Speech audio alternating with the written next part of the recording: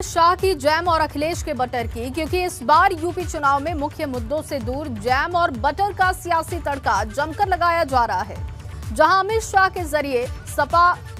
शाह ने सपा पर हमला किया, तो वहीं अखिलेश ने बटर का तड़का लगाकर पलटवार किया। वैसे इस बार यूपी में सपा बनाम भाजपा की लड़ाई नजर आ रही है, क्योंकि जब जब भाजपा कुछ बड़ा करती है, अखिलेश भी उसी दिन कुछ ना कुछ करते हैं। रिपोर्ट देखिए।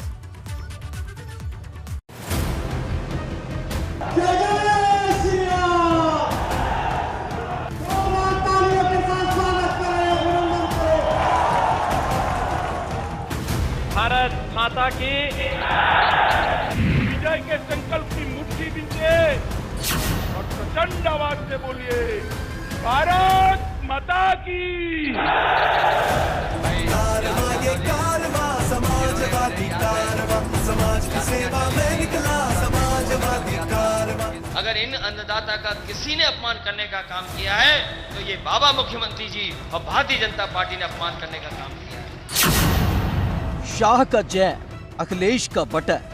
मोदी जी ने एक जैम लाया जिससे भ्रष्टाचार विहीन खरीदी हो। जैम का मतलब कुछ भी हो, लेकिन समाजवादियों ने जो जैम का मीनिंग निकाला है, भारतीय जनता पार्टी का जे फॉर झूठ, ए फॉर अहंकार और एम फॉर महंगाई, जिसका जवाब भारतीय जनता पार्टी नहीं दे सकती। किसके लिए मुश्किल होगी यूपी की डगर?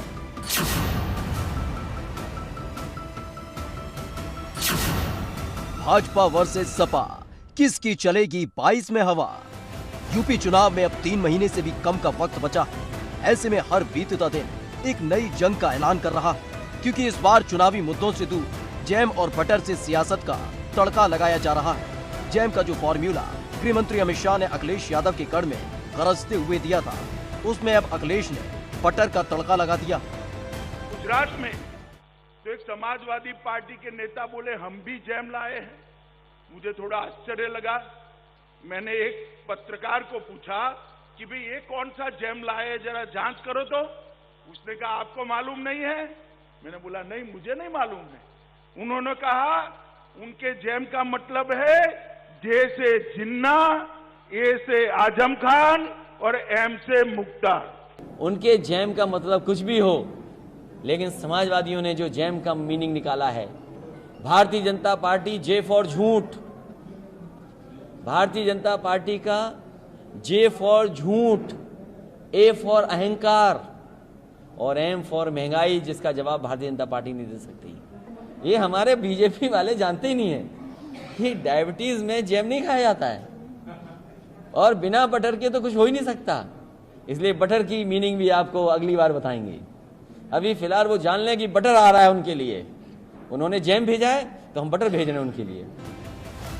अमित शाह ने जैम का मतलब जे से जिन्ना, ए से आजम और एम से मुख्तार बताया था, लेकिन अखिलेश ने पलटवार करते हुए जैम का मतलब जे से झूठ, ए से अहंकार और एम से महंगाई बताते हुए जमकर हमला बोला। लेकिन ऐसा नहीं है कि सिर्फ अखिलेश ही अपनी तरकश से तीर चला रहे हैं। सीएम योगी भी अखिलेश को जिन्ना के मोर्चे पर तालिबान की याद दिलाकर हमला बोल रहे हैं। विपक्ष के पास मुद्दा नहीं है, वह सरदार पटेल का अपमान करना चाहती है।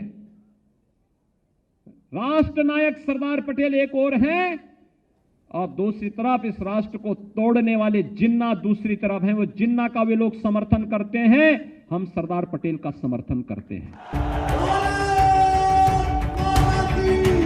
लेकिन लड़ाई सिर्फ यहीं तक सीमित नहीं है, क्योंकि जिस दिन भाजपा कुछ बड़ा करती है, अखिलेश भी उसी दिन कुछ नया कर देते हैं। 13 नवंबर को अमित शाह और सीएम योगी आजमगढ़ पहुंचे, तो अखिलेश भी अपना विजय रथ लेकर गोरखपुर पहुंच गए।